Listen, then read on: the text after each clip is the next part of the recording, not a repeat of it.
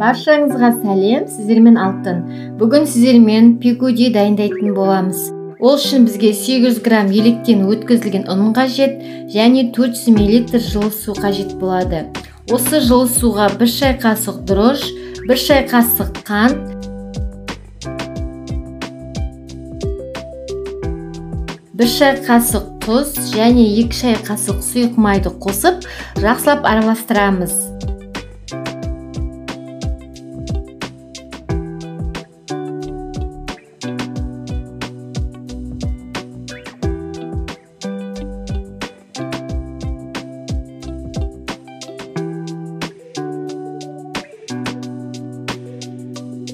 Жылы суды ұнға құйып, қамыр елейміз. Қамыр қатты болмау керек, орташа жұмсақ етіп елегендеріңіз дұрыс. Сол кезде пигуди жақсы көтеріледі, әрі жұмсақ болып шығады.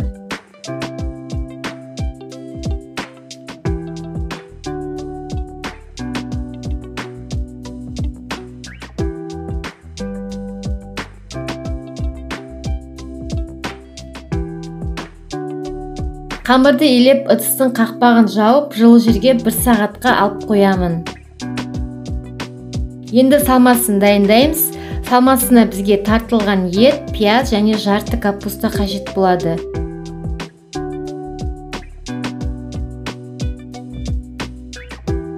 Пиязымызды ұсақтап турап аламыз. Пигудиге пиязды көп қоссаңыздар, өте дәмді болып шығады.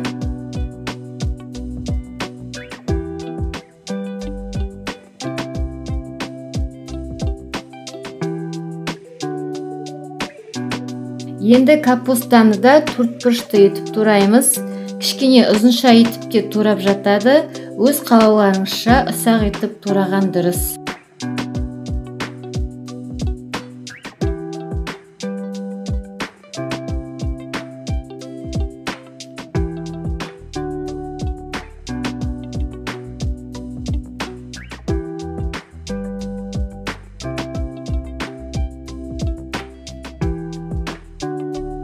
Дәміне қарай тұз, қара бұрыш қосамыз.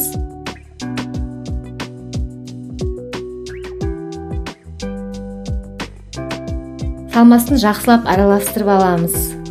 Тартылған ет кішкене майлы болғаны жақсы. Егер тартылған ет сіздерде майлы болмаса, онда сұйық май қосып жіберіңіздер. Менде қамыр көтерілді. Қамырымызды елеп жібереміз де бірнеше бөлікке бөлеміз.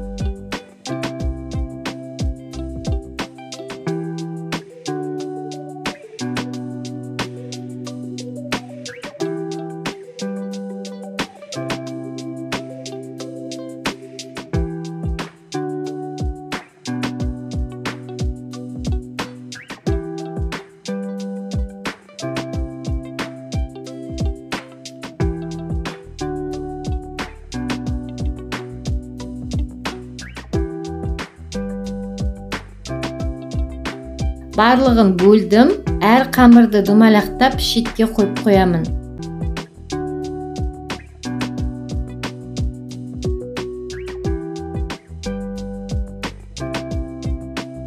Содан кейін дайын қамырдың бетіне орамал немесе салафан жауып қойсаңыздар болады. 5 минутқа қойып қоямын. Қамырды жаямын. Қатты жұқа болудың қажеті жоқ, орташа етіп жаясыздар.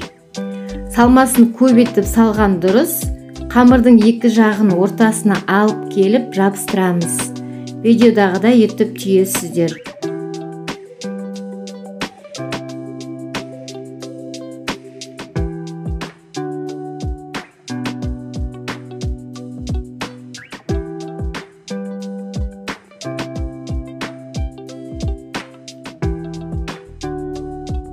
Пигудиді түгел түйіп болғаннан кейін мантаваркаға салып 5-10 минутқа қойып қоямын.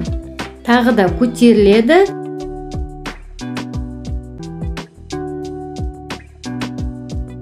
Содан кейін қатты отта 40-45 минуттай пісіріп аламыз. Пигуди тура 40 минутта пісті. Қараңыздар қалай көтерілді. Өте дәмді болып шықты. Міндетті түрде жасап көріңіздер. Пигудиді осы рецепт бойынша жасасаңыздар, комментарийға жазып, лайк басып, каналыма тіркеліп кетіңіздер.